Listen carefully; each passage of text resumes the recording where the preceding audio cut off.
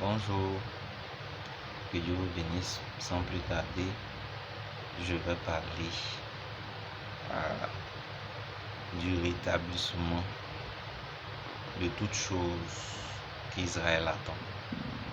Pourquoi? Parce que si vous voyez bien dans Actes chapitre 1, si on lit Actes chapitre 1, on verra que quoique les disciples étaient en Israël, les disciples de Jésus étaient en Israël, et que Israël était dans sa propre patrie, ses disciples ont demandé à Jésus quand est-ce que le peuple d'Israël sera rétabli. À quand le rétablissement du peuple d'Israël? Pour pouvoir comprendre ce que le mot rétablissement veut dire ici, parce que pour certains, le rétablissement, c'est revenir à sa patrie. Oui, quand on nous a chassés, quand on les a chassés, revenir à sa patrie, c'est un rétablissement. Mais le rétablissement de la Bible dont on parle ici, c'est le rétablissement qui fait que Israël n'est plus sur l'autorité d'une autre puissance. Est-ce que je me fais comprendre? N'est plus sous la domination d'une autre puissance, qu'elle est entièrement libre. Vous voyez? Un peu comme la Russie, qui est libre présentement. Elle n'est pas sous la domination de l'Occident. Vous voyez un peu, non? Et peut-être ce qui arrive à la Russie, là, si vous lisez bien le livre d'Apocalypse 20, quand le millénaire va se passer et qu'Israël sera un pays fort, puissant, et bien la Bible dit que Dieu va relâcher Satan et Satan va aller séduire tous les habitants de la terre pour aller se liguer. Ils vont trouver bien sûr un prétexte pour se liguer contre, comment on appelle, Israël. Parce que Israël serait la première puissance du monde selon la prophétie. Voilà. Donc comment Israël va parvenir au rétablissement, ensuite devenir une première puissance après. Nous allons toucher ces éléments-là tout de suite. C'est juste une introduction. Merci pour votre aimable attention. Sans plus tarder, je vais prier le Seigneur et nous allons commencer à lire le passage. Éternel Dieu, Dieu de gloire, Dieu de vérité, nous sommes ici pour t'écouter, toi le véritable Dieu. Saisis-toi de moi pour parler à tes élus, car c'est à cause de tes élus que je me permets de parler sur une chaîne. Sinon, moi, j'aime pas trop parler sur les chaînes. Maintenant, la deuxième chose, c'est aussi une vision qui m'autorise à faire ça. Cette vision a apparu le 16 mars. Donc, je fais ces choses-là parce que Dieu me l'a révélé. Et je fais ça pour accomplir la volonté de Dieu pour moi.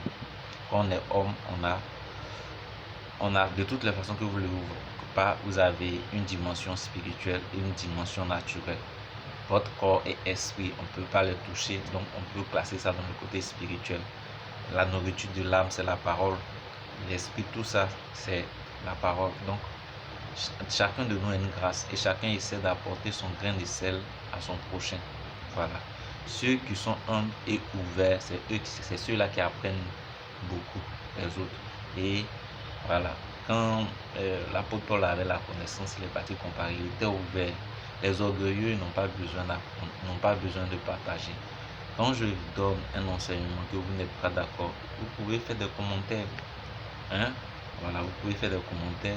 Si vous pensez que je me trompe, vous pouvez m'envoyer, vous pouvez énumérer votre enseignement là-dessus et on peut en parler. Voilà, si on ne trouve pas un point d'entente, c'est pas grave. Au moins, quand on quittera sur la terre, chacun aura présenté la lumière qu'il aura reçue de Dieu. Merci pour votre compréhension. Donc, je vais sans plus tarder, je vais lire la parole. J'ai déjà fait 4 minutes. Bon. Et Actes chapitre 1, je vais lire rapidement la parole à partir du verset 1er. Mais le verset qui m'intéresse, c'est le verset 6 à 7. Voilà. Donc, pour que vous puissiez comprendre rapidement, je vais lire. à partir du verset 1er. Théophile, j'ai parlé dans mon premier livre de tout ce que Jésus a commencé à faire et d'enseigner dès le commencement, jusqu'au jour où il fut enlevé au ciel, après avoir donné ses ordres par le Saint-Esprit aux apôtres qu'il avait choisis. Après qu'il eut souffert, il leur apparut vivant et leur en a donné plusieurs preuves, se montrant à eux pendant 40 jours et parlant des choses qui concernaient le royaume de Dieu. Comme il se trouvait avec eux, il leur recommanda de ne pas s'éloigner de Jérusalem, mais d'attendre ce que le Père avait promis, ce que je vous ai annoncé, leur dit-il, car Jean a baptisé d'eau, mais vous, dans peu de jours, vous serez baptisés du Saint-Esprit. Alors les apôtres réunis lui demandèrent, Seigneur, est-ce en ce temps que tu rétabliras le royaume d'Israël? Il leur répondit, ce n'est pas à vous de connaître les temps ou les moments que le Père a fixés de sa propre autorité, mais vous recevrez une puissance, le Saint-Esprit survenant sur vous. Vous serez mes témoins à Jérusalem, dans toute la Judée, dans la Samarie et jusqu'aux extrémités de la terre. Après avoir dit cela, il fut enlevé pendant qu'ils le regardaient, et une nuée le déroba à leurs yeux. Et comme ils avaient les regards fixés vers le ciel, pendant qu'ils s'en allaient, voici deux hommes vêtus de blanc leur apparurent et dit, hommes galiléens, pourquoi vous regardez-vous? Pourquoi vous arrêtez-vous à regarder au ciel? Ce Jésus qui a été enlevé au ciel du milieu de vous reviendra de la même manière que vous l'avez vu allant au ciel. Parole de l'Éternel. Ok. Maintenant, je vais lire deux petits passages que peut-être... deux petits passages. Matthieu 24. Il n'y a pas trop le temps. Si le Seigneur le veut, on finira rapidement. Matthieu 24, je vais lire le verset 30. Alors le signe du Fils de l'homme paraîtra dans le ciel. Toutes les tribus de la terre se lamenteront et elles verront le Fils de l'homme venant sur les nuées du ciel avec puissance et une grande gloire. Ça, c'est un signe visible où Jésus vient, où tout le monde le voit. Donc, il n'est pas caché. Jésus lui-même sait qu'il est en train de se déplacer du haut du ciel pour venir. Donc là, le Fils sait qu'il est en train de se déplacer. Maintenant, si on lit Matthieu 24, verset 36.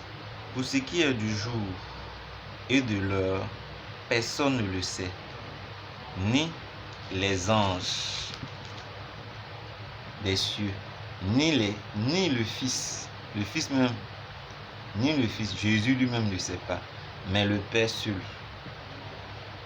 Ce qui arriva du temps de Noé arrivera de même à l'avènement du Fils de l'homme. Vous voyez? Donc nous voyons deux passages. Il y a un passage où Matthieu 24 verset 30 où on voit Jésus-Christ venir. Jésus lui-même se déplaçant, donc il sait qu'il est en train de venir. Et il y a un passage où on parle d'une venue où Jésus ne sait même pas qu'il est en train de venir. Et bien le passage où on parle de Jésus où il ne sait pas qu'il est en train de venir, c'est la venue secrète de Dieu. La Bible dit les anges ne le sauront pas. Jésus lui-même ne saura pas. Pour que Jésus ne puisse pas le faire, ne puisse pas savoir qu'il est en train de se déplacer. Parce que s'il vient sous la forme d'esprit, il sait. Tu vois, c'est une théophanie qui vient, il est. Mais s'il vient à la forme d'un homme, il est limité. C'est pourquoi dans Philippiens, on dit, Jésus, avant de venir, selon l'évangile de Paul, s'est dépouillé de sa gloire et est venu comme un simple homme. Voilà pourquoi il pouvait lui-même expérimenter la vie d'un homme. Vous savez, c'est très facile de dire, ne fais pas ceci, ne fais pas cela. Tu vois, à quelqu'un. Toi, peut-être si tu es au ciel, et que tu n'as pas goûté aux réalités humaines et que tu n'as pas goûté à un corps corruptible pour voir comment est-ce que les hommes sont tentés. C'est un peu comme un professeur et puis l'élève. Le meilleur professeur, c'est celui qui a été élève. Donc, il connaît un peu les capacités de l'homme. Donc, il sait que nous ne sommes pas des anges. Nous ne sommes pas, quand on descend ici, on descend avec une puissance, une petite puissance. Quand on a un corps glorifié ou bien une théophanie, on a une grande puissance. On est élevé au-dessus des anges en tant que fils de Dieu. Donc, vous voyez, donc, pour que Christ vienne sur la chair humaine, s'il vient côté physique, c'est-à-dire quand il vient de manière à frapper les regards, lui-même sait quand il va venir. Mais quand il vient de manière à ne pas frapper les regards, la seule possibilité pour que ça prenne, c'est que Dieu se fasse homme à nouveau. C'est tout. Alors il grandit, il se développe comme il a fait avec Jésus. Donc cette écriture-là s'accomplit dans notre génération. L'écriture où Jésus n'a pas voulu répondre à ça, ça s'accomplit dans notre génération. Et quand on lui a demandé, dans Matthieu 24, qu'il ne restera pas pierre sur pierre, et puis on lui a dit également que, parce que quand est-ce que Jérusalem ne restera pas pierre sur pierre, quand est-ce qu'il aura la fin du monde, quel sera le signe de ta venue? La venue secrète où il devrait devenir homme, parce que quand il est homme, il ne sait pas beaucoup de choses, il est limité. Le fils de l'homme, là il est fils de l'homme, mais quand il vient de manière à frapper les regards, il n'est pas limité. Il sait toutes choses, il sait qu'il est en train de se déplacer. Donc la venue secrète, c'est dans notre génération. Et les gens vont voir les signes. Quand vous verrez Babylone être détruit, les prophéties qui étaient alliées sur lui, jusqu'à ce qu'on parvienne à la première résurrection. Et après la première résurrection, vous verrez ce qui est écrit dans l'Apocalypse va s'accomplir également. Apocalypse notamment, Apocalypse 20, où après la résurrection, quand Israël est élevé, alors Dieu libère Satan encore pour venir et séduire toutes les nations pour aller se liguer contre Israël, de la même manière que un peu une image de ce qui se passe un peu par rapport à la Russie. Voilà. Maintenant, la deuxième chose que j'aimerais dire, j'ai déjà pris 12 minutes pour vous donner la révélation de ces passages-là. Donc le rétablissement, vous reconnaissez, le rétablissement, ce n'est pas venir sur la terre, c'est que Israël prenne son leadership comme la Russie, qui peut prendre des décisions sans consulter l'Occident. Voilà, quand Israël sera une puissance comme ça, ou une puissance comme aussi la Chine, en ce moment-là, Israël sera rétabli aux yeux de Dieu. À bon entendeur, salut. J'ai fini mon message, c'est un court message. Voilà, dans un prochain message, nous parlerons un peu de ce passage-là que j'ai lu. Je vais parler de Psaume 32, verset 2. Heureux l'homme à qui l'Éternel n'impute pas d'iniquité et dans l'esprit duquel il n'y a point de fraude. Donc celui dans l'esprit duquel il n'y a point de fraude, c'est celui-là qui a la semence de Dieu parce qu'il est honnête. Et vous voyez, la parole de Dieu, j'aime dans le cœur honnête. Si vous voyez la parabole de Jésus où il a semé sur les pierres, il a semé aussi dans les endroits épineux, il a semé dans la bonne terre. La bonne terre sont les cœurs honnêtes. Donc si vous êtes honnête, que vous êtes épris de justice, vous êtes la semence de Dieu. Mais si vous êtes malhonnête, si vous triomphez par le mensonge, par des crimes, par des choses négatives, vous êtes un fils du diable. Parce que vous accomplissez le désir de votre Père. À bon entendeur, salut. Dans d'autres vidéos, on parlera encore de certaines choses que l'Éternel me mettra à cœur. Merci pour votre aimable attention. Que Dieu vous bénisse richement. Amen.